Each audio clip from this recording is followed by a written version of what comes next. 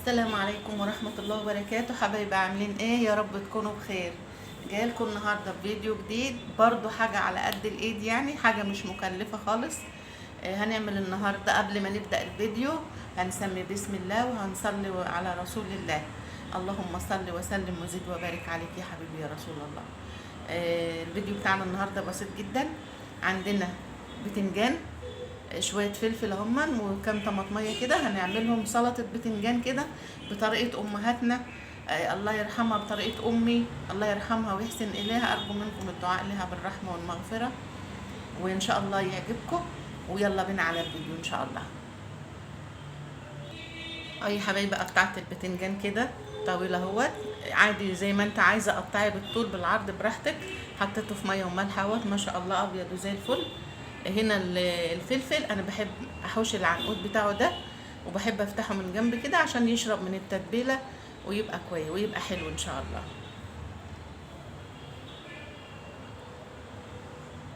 يلا بينا عشان هبدا احمره وبعدين هرجع لكم تاني ان شاء الله.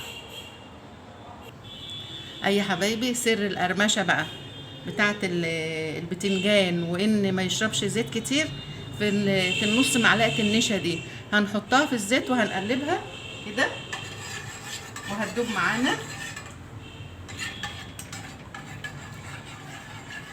كده كده. الزيت بتاعنا سخن اهوت، هنبدا بقى نحط البتنجان. ما شاء الله الزيت نضيف وزي الفل اهوت.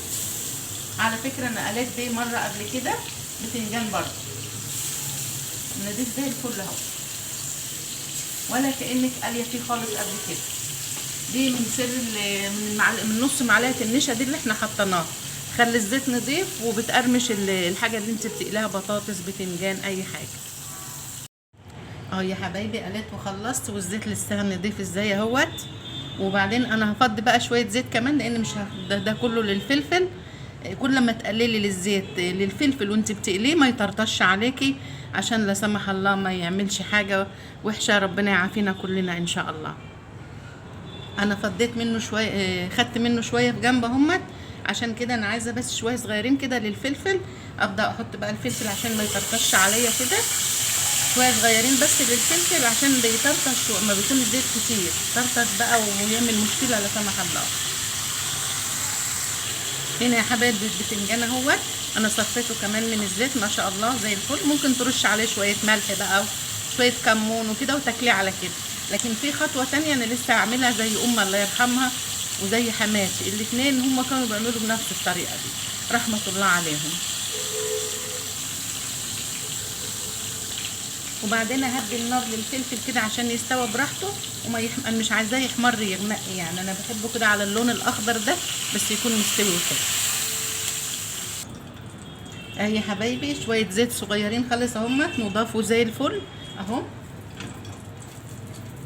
يا رب يكون واضح، شويه صغيرين خالص هما دول اللي انا عايزاهم. وابدا اشغل البوتاجاز تاني، ببقى افصل البوتاجاز شويه كده على ما اطلع الفلفل لان انا مش عايزاه يحمر. هوريلكم لونه اهوت.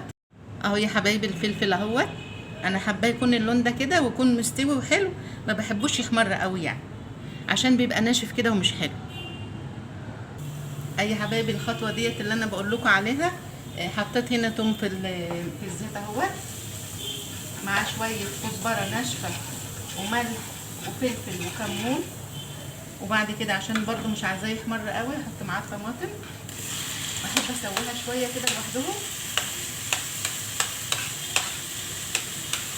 كده.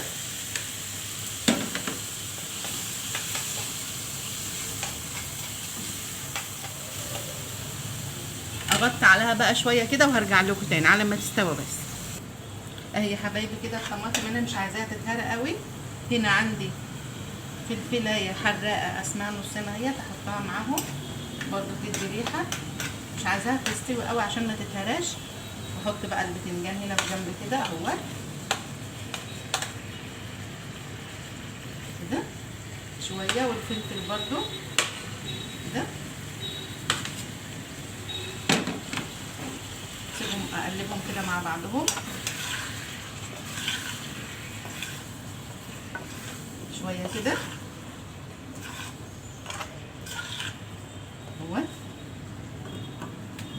عليهم برضو شويه، وبعدين شويه كده بقى وهحط الخل والليمون، عشان انا ما بحبش الخل والليمون يغلوا كتير مع النار يعني. اي حبايبي، هنا انا عصرت الليمون مكان الخل مكان التوم، عشان ناخد كل ريحه التوم الحلوه. نحطه بقى اهي حبايبي. وهي دي كانت وصفتنا البسيطه النهارده، ويا رب يكون الفيديو عجبكم، وفضلا وليس امرا المتابعه.